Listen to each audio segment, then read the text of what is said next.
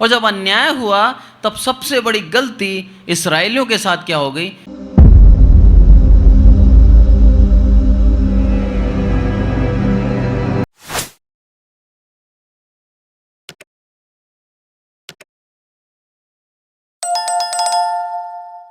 Praise the Lord. परमेश्वर का धन्यवाद हो, उसने एक अवसर दिया उसकी संगति में रहने का, उसके वचन में से सीखने के लिए। और आज परमेश्वर हमें क्या सिखाता है ये हम देखेंगे। पहला शमूएल उसका 8वां अध्याय और पहली आयत से मैं पढ़ता हूँ। जब शमूएल बूढ़ा हुआ तब उसने अपने पुत्रों को इस्राएलियों पर न्यायी ठहराया। उसके जेठे पुत्र का नाम योएल और दूसरे का नाम अबिया था। ये बेरशेबा में न्याय करते थे, परंतु उसके पुत्र उसकी राह पर ना चले, अर्थात लालच में आकर घूस लेते और न्याय बिगाड़ते थे। अब आप देखिए परिस्थिति कैसी है। एक तरफ शमूएल है, वो शमूएल जिसको बचपन से उसकी माँ ने समर्पित कर दिया आराधनालय में, ठीक है। वो बचपन से परमेश्वर के नज़दीकी में बढ़ा और बालक शमूएल जब छोटा ही था तब परमेश्वर ने उसको दर्शन दे दिया। क्या पवित्र आत्मा थी शमूएल के अंदर, कितना शुद्ध था वो कि परमेश्वर उससे बात करने खुद आ गया और उसको आवाज़ दिया, उसके नाम से संबोधित किया और उसके बाद उसको उसने सब बताया जो वो करने वाला है। ये मेरे परमेश्वर की खासियत है कि जब वो किसी को पसंद कर लेता है, जब वो किसी को चुन लेता है, तब उसको भविष्य बताता है। बाइबल भरी पड़ी है ऐसे उदाहरणों से। अनेक परमेश्वर के जन जिनको भविष्य बताया और उन्होंने परमेश्वर के उस भविष्य को लिख दिया। शमूएल को भी बता दिया कि एली याजक और उसके पुत्रों के साथ क्या होगा।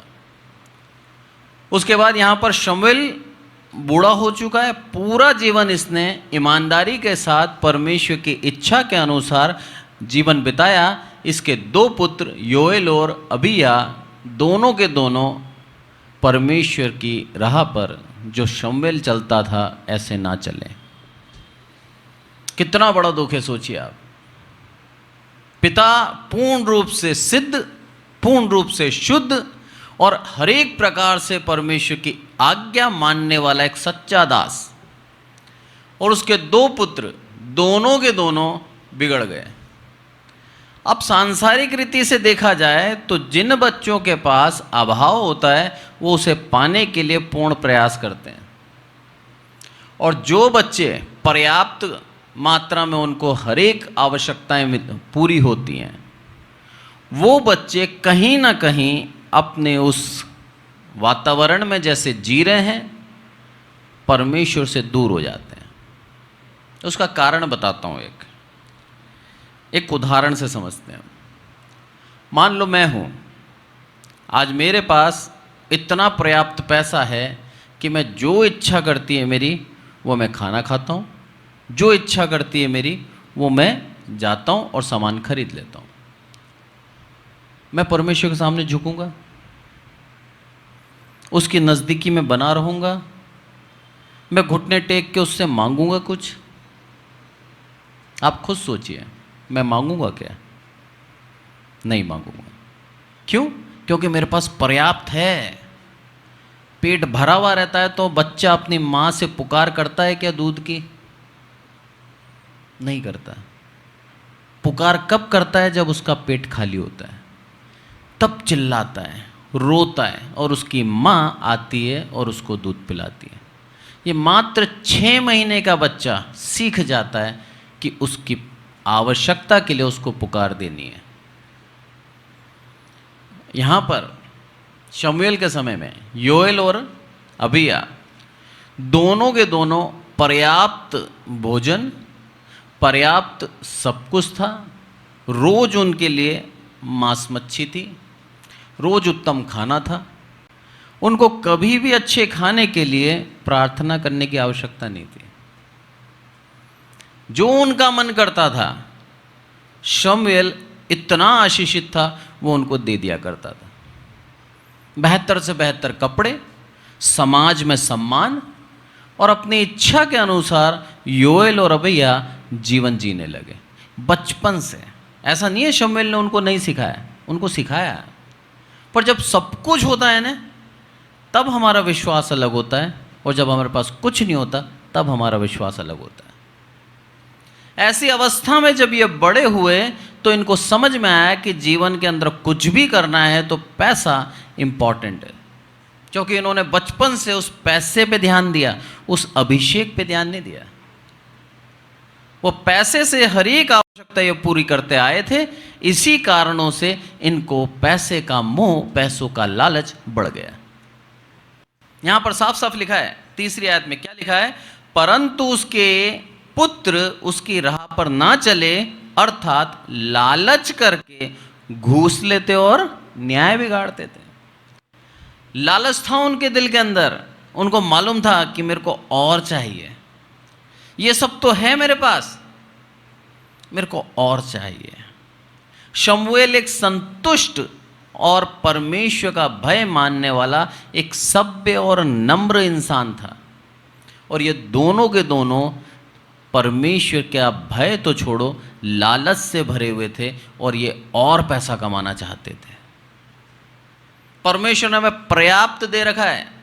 ऐसा कोई भी नहीं है इस कलीसिया के अंदर जो रात में कभी घर जाएगा और भूखा सोएगा। हर एक को परमेश्वर ने पर्याप्त दे रखा है। उसके बावजूद भी हमें क्या चाहिए?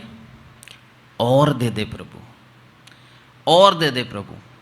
ये हमारा और जो होता है ना, ये हमें परमेश्वर से दूर ले जाता है, क्योंकि जब हमारी लालसाएं पूरी नहीं होती तब हम उन्हें पाने के लिए अन्याय करते हैं। यही करा इन दोनों ने। और जब अन्याय हुआ तब सबसे बड़ी गलती इस्राएलियों के साथ क्या हो गई, ये आप पढ़ें 7वीं आयत, 6ठी पहले पढ़ें, उसके बाद 7वीं पढ़ें। परंतु जो बात उन्होंने कही, हम पर न्याय करने के लिए हमारे ऊपर राजा नियुक्त कर दे, यह बात शमूएल को बुरी लगी, और शमूएल ने यहोवा से प्रार्थना की। और यहोवा ने शमूएल से कहा, वे लोग जो कुछ तुझसे कहे उसे मान ले, क्योंकि उन्होंने तुझको नहीं परंतु मुझी को निकम्मा जाना है कि मैं उनका राजा ना रहूं। कितना दुख के साथ मेरा परमेश्वर कह रहा है। पूरी बाइबल के अंदर ये वर्ड, ये शब्द इस जगह इस्तेमाल हुआ है, और वो भी परमेश्वर ने खुद कहा है, और किसी में कहने की साहस नहीं है। सारे वृद्ध, सारे इस्राएली एकत्रित हो गए, और एकत्रित होने के पास किसके पास गए? शमूएल के पास गए। बोला तू बूढ़ा हो गया और तेरे जो बच्चे हैं तेरी राह पे नहीं चल रहे, हमारा न्याय खराब हो रहा है, अन्याय हो रहा है, जो पैसा देता है उसकी तरफ न्याय बिगड़ जाता है। तू ऐसा कर, जैसे अन्य राज्य हैं, अन्य जातियां हैं, उनके समान हमारे को एक राजा दे दे। अब कितनी गहराई की वाली बात है यहाँ सीखने को, कि ये इस्राएली जो विशेष थे, ये इस्राएली जो परमेश्वर के खास थे, उन लोगों ने क्या करा? सामान्य होने की मांग कर दी। आज हम सब परमेश्वर के चुने हुए हैं और परमेश्वर के खास हैं। हमारी प्रार्थना ऐसी ना हो कि प्रभु तू हमें खास से हटाकर सामान्य कर दे। कितनी उल्टी प्रार्थना हुई ना। हर कोई क्या चाहता है कि मैं खास बन जाऊं, और यहां पर क्या हो रहा है? खास थे, सामान्य बनना चाहते हैं। सबके समान प्रभु तो हमें कर दे। शमूएल के पास गए, बोला हे शमूएल, सब जातियों के समान हमारे ऊपर भी एक राजा नियुक्त कर दे।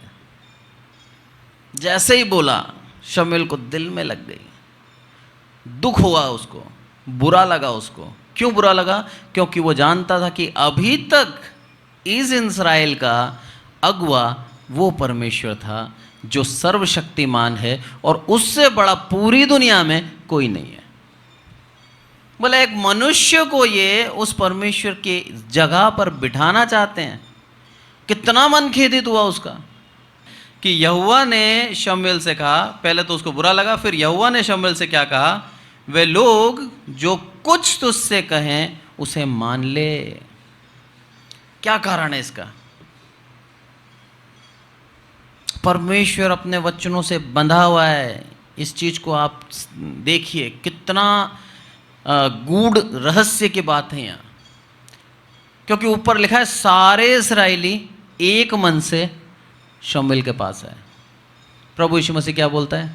जब तुम एक मन से कलीसिया में प्रार्थना करते हो, प्रार्थना सुनूंगा। सबका एक मन है, उन्हीं वचनों में परमेश्वर बंधा हुआ है। बोला तुम्हारी जो इच्छा मैं तुम्हें दूंगा। ये इच्छा बहुत विपरीत जाने वाली थी। इस इच्छा से ये लोग गुलाम बनने वाले थे, इस इच्छा से ये दास बन जाते, इस इच्छा से परेशानियां बढ़ने वाली थी। मेरे यहोवा को सारा भविष्य दिख रहा था, पर उसके बावजूद भी परमेश्वर ने वो इच्छा पूरी होने दी। कारण ये था, सबका मन एक था। और परमेश्वर क्या बोलता है? मांगोगे तो तुम्हें दिया जाएगा, खटखटाओगे तो मैं तुम्हारे लिए खोलूंगा। खटखटाओ। और उन्हीं कारणों से जैसे ही मांगा वैसे परमेश्वर क्या बोलता है? इनको दे दे। बहुत गंभीरता इन बातों में। कितना धन्यवाद दें हम हमारे परमेश्वर को उसके प्रेम के लिए कि जो कुछ हम मांगते हैं वो देने के लिए तैयार है। हमारा अच्छा हमारा बुरा हमारे हाथों में है। हम कई बार गलत मांग लेते हैं। होता है ना, एक उदाहरण से समझते हैं। मेरा छोटा सा बेटा है 2.5 साल का, चाकू मांगता है वो, और चाकू को चाकू नहीं बोल पाता, काचू बोलता है। उसको चाहिए चाकू, बोलना नहीं आता पर उसको चाहिए। हम लोग चाकू देंगे तो क्या होगा? नुकसान करेगा अपना, हाथ काट सकता है, किसी को मार सकता है, क्योंकि भोला है, उसको मालूम नहीं है उसका दुष्परिणाम क्या होगा। पर मांगता है, जिद करता है। क्या करते हैं फिर हम? एक प्लास्टिक का चाकू है वो उसको दे देते हैं। पर उसकी जिद के पीछे पिता को झुकना पड़ा। यहां पर इन जिद में थे सारे इस्राएली कि मुझे चाहिए, मुझे चाहिए, मुझे दे दे। हम सब को देख रहे हैं, सारी जातियों को देख रहे हैं, उनका एक राजा होता है। हम कहाँ जाएं? अरे भूल गए तुम लोग कहाँ जा रहे थे? याद करो, तुम उस नबी के पास आ रहे थे और वो शमूएल नबी तुम्हें सब बता रहा था, और परमेश्वर की इच्छा से अभी तक तुम सुरक्षित थे। सब भूल गए और मांग कर ली, और मेरा प्रभु जो अपने वचनों में बंधा हुआ है उसने उस मांग को पूरा कर लिया। यदि इन्हीं बातों को हम देखें तो आप निकालें लूका 11 अध्याय और 8वीं आयत। मैं तुमसे कहता हूँ, यदि उसका मित्र होने पर भी उसे उठाकर ना दे, तो भी उसके लज्जा छोड़कर मांगने के कारण उसे जितनी आवश्यकता हो उतनी उठाकर देगा। उठकर देगा। हाँ, उठकर। आमीन। क्या बोला यहाँ पर? मैं तुमसे कहता हूँ, यदि उसका मित्र होने पर भी उसे उठकर ना दे, तो भी उसकी लज्जा छोड़कर मांगने के कारण उसे जितनी आवश्यकता हो उतनी उठकर देगा। क्या उदाहरण दिया था ये प्रभु यीशु मसीह ने? प्रभु यीशु मसीह बताते हैं, समझाते हैं कि एक समय कोई घर पे आता है आधी रात को, ठीक है, और आधी रात को जब वो घर पे आता है उसके पास आके क्या मांगता है उससे? कि मुझे तू खाना दे दे और मेरे को आराम करना है। अब ये जो मित्र है इसके पास कुछ भी नहीं है। ये इस आशा से आया था मित्र के पास कि मुझे खाना मिल जाएगा। अब इसके पास कुछ भी नहीं है। इसने अपने मित्र के लिए क्या करा? अपनी लज्जा छोड़कर अपने पड़ोसी के पास गया और उससे बोलता है कि कुछ खाना है क्या? खटखटा रहा है, अंदर से आवाज आती है, अरे दुख मत दे, हम सब बिस्तर पे, हम सो रहे हैं। तब भी जब इसने अपने मित्र को देखा जो भूखा है, लंबी यात्रा से आया है, इसको रहा नहीं गया, थोड़ा और खटखटा लेता हूँ। बजाता रहा। जब बजाता रहा तब क्या हुआ? वो मित्र अंदर से आया और उसको रोटी दी। यहाँ लिखा है क्यों? क्योंकि उसने लज्जा छोड़ दी और उससे कंटिन्यू मांगता रहा। और जब इसको आगे पढ़ते हैं हम तो क्या लिखा है मालूम है? तुम में ऐसा कौन है जो, क्योंकि जो कोई मांगता है उसे मिलता है, 10वीं आयत, और जो ढूंढता है वह पाता है, जो खटखटाता है उसके लिए खोला जाएगा। तुम में से ऐसा कौन पिता होगा कि जब उसका पुत्र रोटी मांगे तो उसे पत्थर दे, या मछली मांगे तो मछली के बदले उसे सांप दे, या अंडा मांगे तो उसे बिच्छू दे। बोला ऐसा कौन पिता है? अरे तुम बुरे होकर अपने पुत्र को अच्छा देते हो, तो प्रभु परमेश्वर बोलता है मैं तो पहले से ही अच्छा हूं। अरे मैं तुम्हें अच्छा क्यों नहीं दूंगा? इसमें आप देखिए कंडीशन क्या है, कंटिन्यूस नॉकिंग, निरंतर खटकाता रहा, प्रभु तू ही दे, प्रभु तू ही दे, प्रभु तू ही दे। यही हमारा होना चाहिए। नहीं मिल रहा, कोई जवाब नहीं आ रहा, मांगते रहो। इस अवस्था को यदि आप खुद के ऊपर लेके देखें, आपका पड़ोसी अगर आपके 3 बजे रात में आता है और खटखटाता है, पहले हम क्या करेंगे? सोने का बहाना करेंगे कि हमने सोना ही नहीं।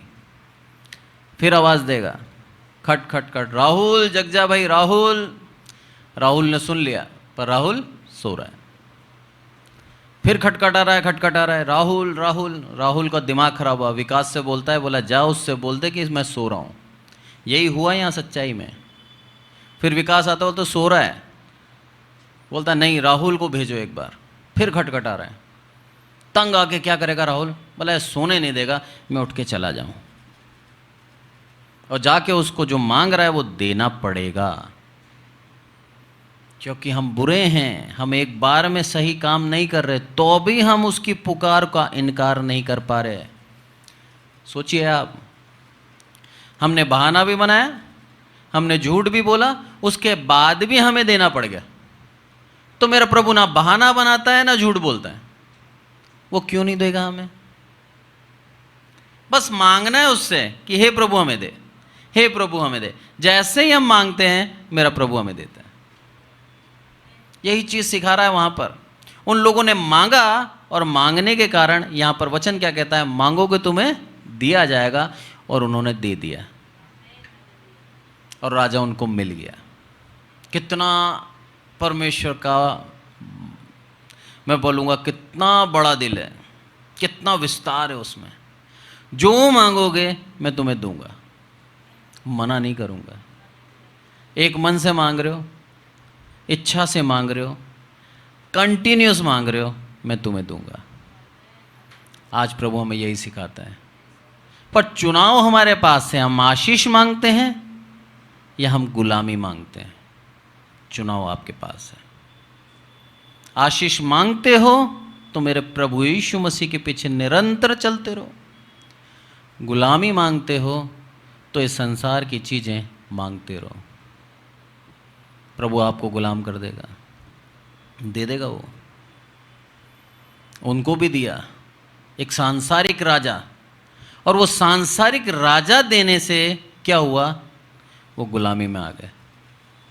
जब तक परमेश्वर के अधीन थे, स्वतंत्र थे, परमेश्वर उनको आशीष दे रहा था, और वो बहुतायत से उन्नति करते जा रहे थे।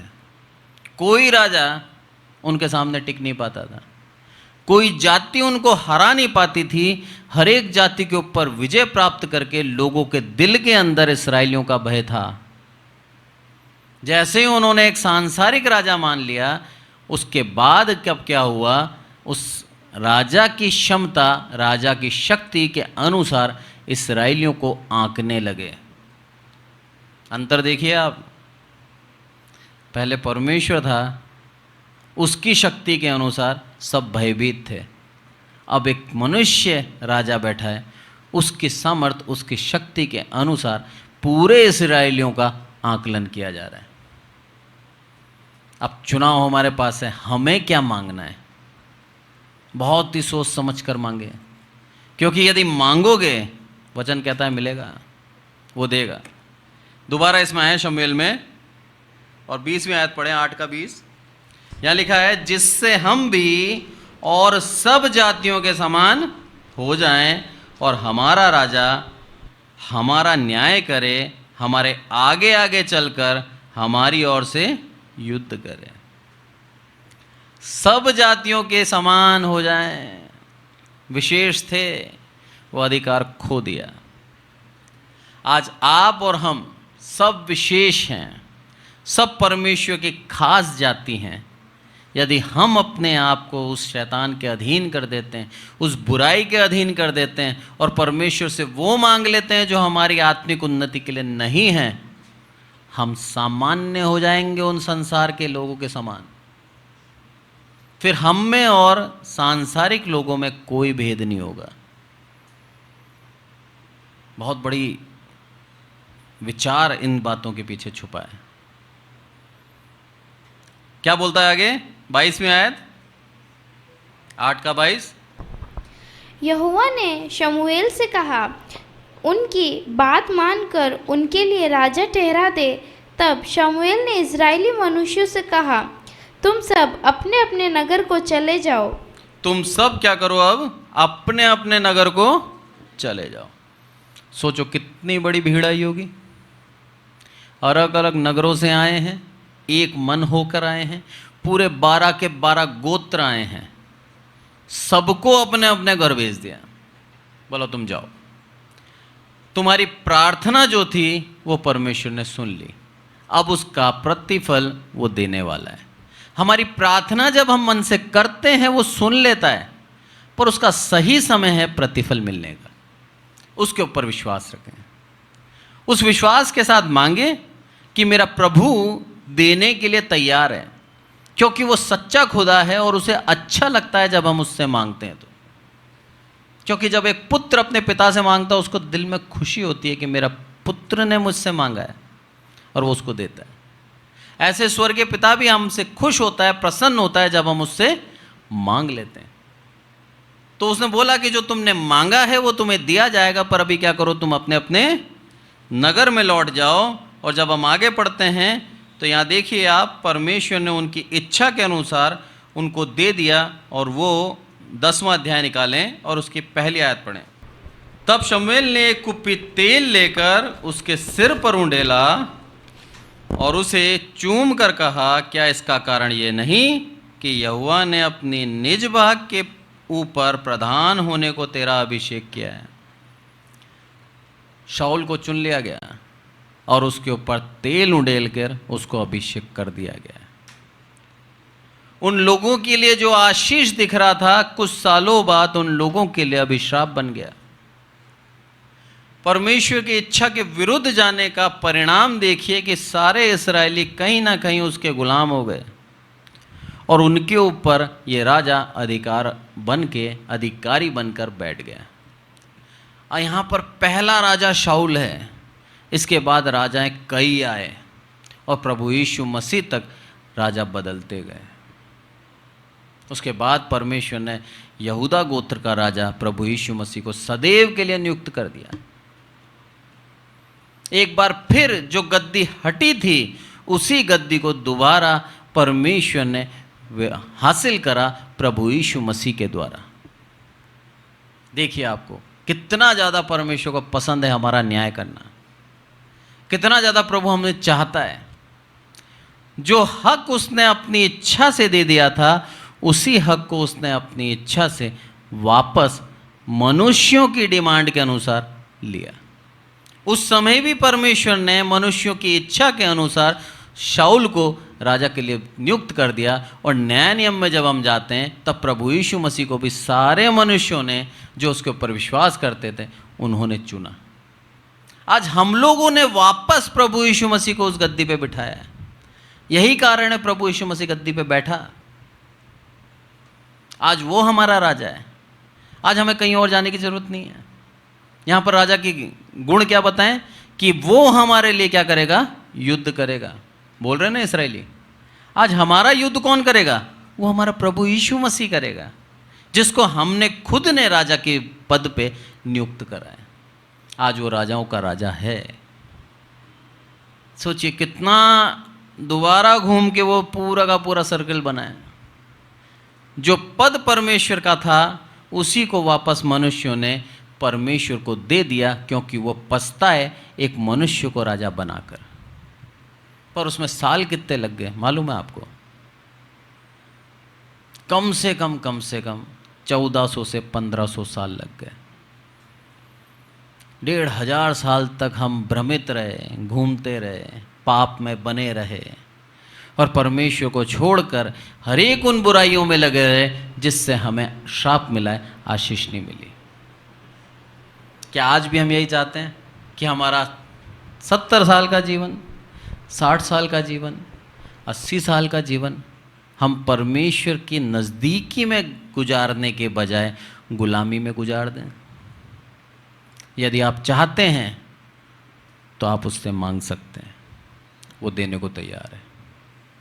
और यदि नहीं चाहते, आप स्वतंत्रता से अपने जीवन को जीना चाहते हैं, तो भी आप मांगें, उसको भी देने को तैयार है। सारे निर्णय, सारी स्वतंत्रता उसने हमारे इन हाथों में दे दी, हमारे उस मुख के अंदर दे दी। जो मांगोगे तुम्हें दूंगा। चुनाव हमारा है, हम प्रभु यीशु मसीह को मांगते हैं या हम इस संसार को मांगते हैं। अगर प्रभु यीशु मसीह को मांगा, आपका जीवन धन्य है। परमेश्वर आपसे प्रसन्न है और परमेश्वर आपको वो सब देगा जो आपने सोचा नहीं था। पर आज भी यदि हम सांसारिकता में घूम रहे हैं और संसार की चीज़ों को मांगते जा रहे हैं, मेरा प्रभु देगा, मना नहीं है। उसने दिया शाऊल को भी, पर उसके बावजूद क्या समस्याएं आएंगी वो आप जानते हैं। पूरे के पूरे इस्राएली त्रस्त हो गए, परेशान हो गए। नया दाऊद उनको एक राजा देना पड़ा। कितने राजा बदले, उसके बाद जाके प्रभु यीशु मसीह सदैव का राजा हुआ। चुनाव हमारे बात है। आपको क्या चाहिए? आज इस संध्या को आप विचार करें, आप क्या चाहते हैं? परमेश्वर देना चाहता है। निकालें आप मत्ती, जो लूका में लिखा है उसी चीज़ को यहाँ पर दोबारा लिखा है। 12वीं आयत पढ़ें 7 का, क्योंकि इसके ऊपर वाली आयत जब मैं पढ़ता हूँ तो यहाँ लिखा है, अतः जब तुम बुरे होकर, 11वीं आयत पढ़ रहा हूँ, जब तुम बुरे होकर अपने बच्चों को अच्छी वस्तु देना जानते हो तो तुम्हारा स्वर्गीय पिता अपने मांगने वालों को अच्छी वस्तु क्यों ना देगा? एक सवाल करा है, बोला कैसे सोच सकते हो कि मैं तुम्हें अच्छा नहीं दूंगा? मैं देने को चाहता हूं, पर तुम क्या मांगते हो उसके ऊपर विचार तो करो। तुम खुद की सांसारिक खुशी चाहते हो या आत्मिक उन्नति चाहते हो? चुनाव आपके पास है। यदि आज भी हम सांसारिकता के पीछे पड़े हैं, सांसारिक खुशी चाहते हैं, तो आज भी परमेश्वर और हमारे रिश्ते में बहुत दूरियां हैं। आज भी हम उसको समझे नहीं हैं। आज भी हम सिर्फ और सिर्फ वस्तुओं के पीछे भाग रहे हैं। परमेश्वर नहीं चाहता हम ऐसे बने। वो प्रेम करता है, हमें देता है, पर हमारा जो फोकस है वो बिगड़ा हुआ है। हमारा जो दिशा है वो भ्रमित है। हम घूम रहे हैं बस इधर उधर इधर। वो तो दयालु है इसलिए हमें देता है। यही चीज़ सिखा रहा है यहाँ पर। हमारी चाहत, हमारी इच्छाएं प्रभु जानता है। वो चाहता है जैसा चाहते हो वैसा करो।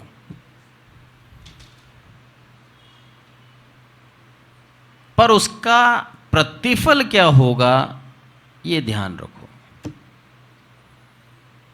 प्रतिफल, हर एक क्रिया की प्रतिक्रिया होती है।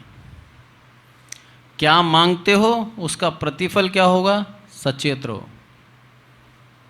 इस्राएलियों ने मांगा और उनको दे दिया गया, वो बात अलग है। परमेश्वर का प्रेम इतना महान था कि मनुष्यों के ऊपर उसने उस प्रेम को प्रकट करा प्रभु यीशु मसीह के द्वारा, और सब मनुष्यों ने प्रभु यीशु मसीह को अपना पिता, अपना प्रभु करके ग्रहण किया।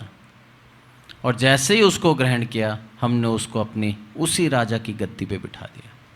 जहाँ से हमने उतारा था। बहुत गंभीरता है इन बातों में।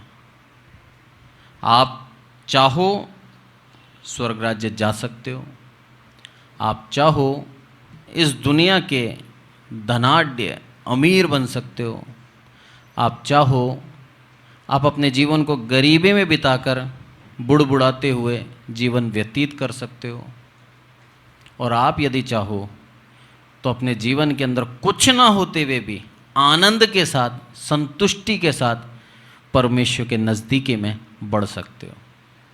चुनाव आपका है। आपकी इच्छा के अनुसार और आपकी मांग के अनुसार मेरा प्रभु देने को तैयार है। चुनाव आपका है। कुछ ना होने पर भी संतुष्टि मेरा प्रभु देता है। दिल में शांति, आराम मेरा प्रभु देता है। कुछ ना होने पर भी परमेश्वर के पीछे चलना मेरा प्रभु हमें सिखाता है। वैसे बन जाए, आपका प्रतिफल स्वर्ग राज्य में इंतजार कर रहा है।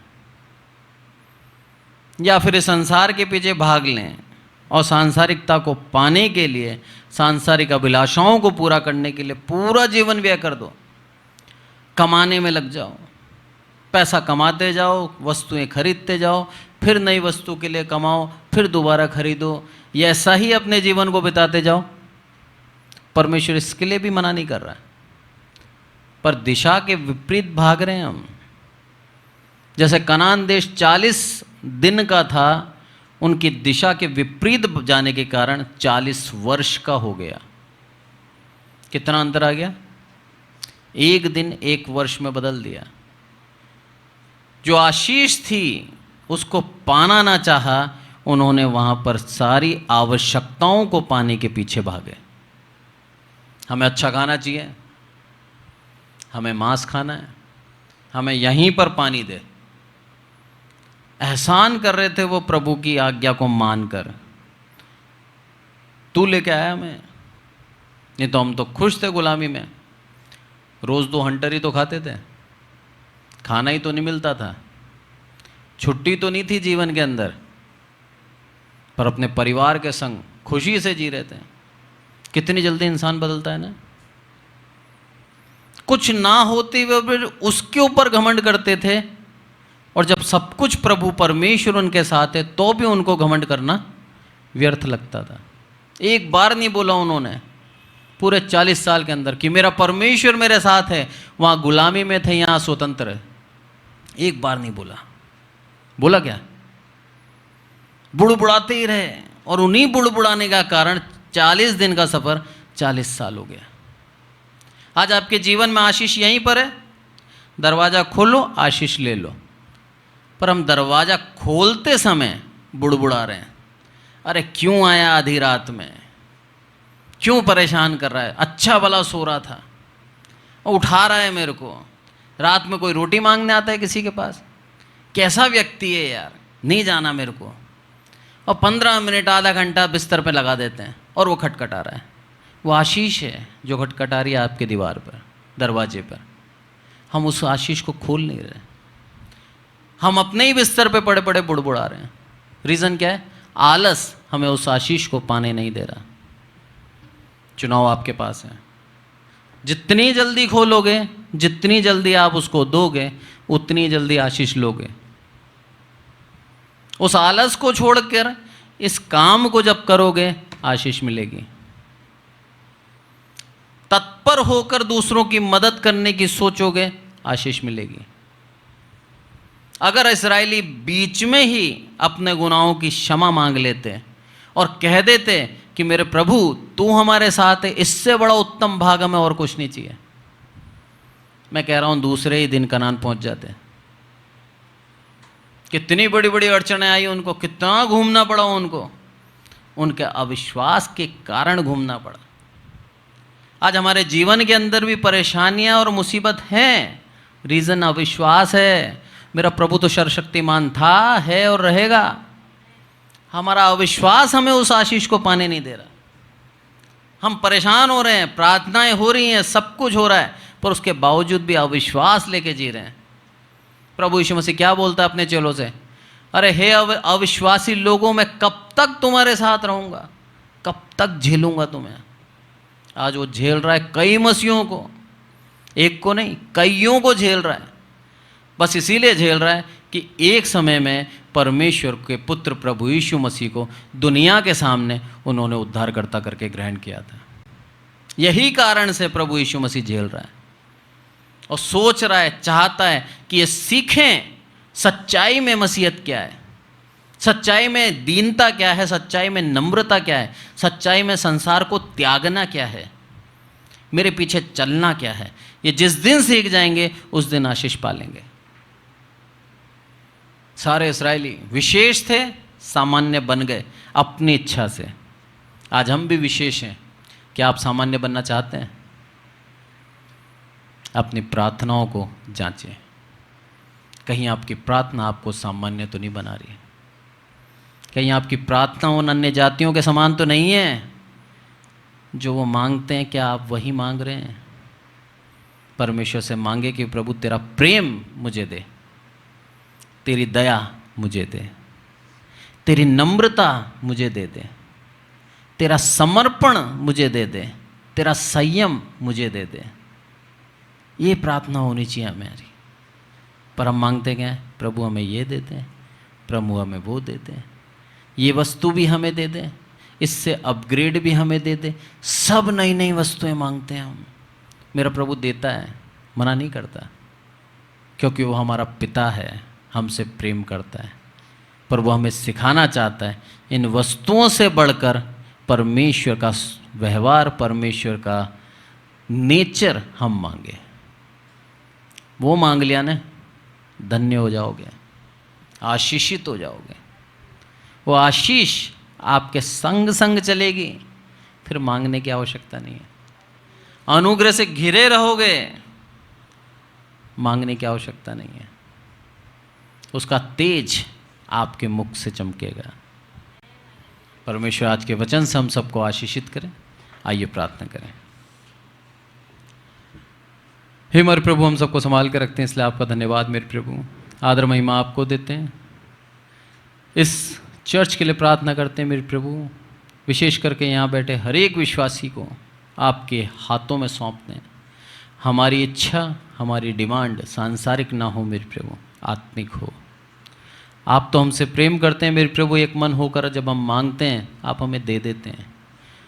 उसके दुष्परिणाम भी आप हमें बताते हैं कि क्या होगा, पर उसके बावजूद भी आप हमारी मांगने के कारण आप हमें दे देते हैं। मेरे प्रभु, आप महान हैं, सर्वशक्तिमान हैं, आप दयालु हैं, आप हमसे प्रेम करते हैं। इन्हीं कारणों से आप हमें सब कुछ देना चाहते हैं। सारी आदर महिमा आपको देते हैं मेरे प्रभु। हम घटें आप बढ़ें। विशेष करके प्रार्थना करता हूँ जो ऑनलाइन सुन रहे हैं मेरे प्रभु, हर एक मसीह जन को, हर एक परमेश्वर के दास को जो आपके ऊपर विश्वास करते हैं मेरे प्रभु, हर एक को आशीषित करना।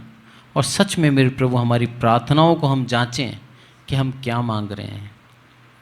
हम वस्तुओं के पीछे ना जाकर हम आपके व्यवहार को, आपके नेचर को मांग लें मेरे प्रभु। आप जैसे बन जाएं मेरे प्रभु, यही हमारी प्रार्थना हो। नम्र हो जाएं, दीन हो जाएं, दयालु हो जाएं, प्रेमी हो जाएं, दूसरों के ऊपर कृपा करना हमें भाए, ऐसा हमारा नेचर हो जाए मेरे प्रभु। सारी आदर महिमा आपको देते हैं। हम घटें आप बढ़ें मेरे प्रभु।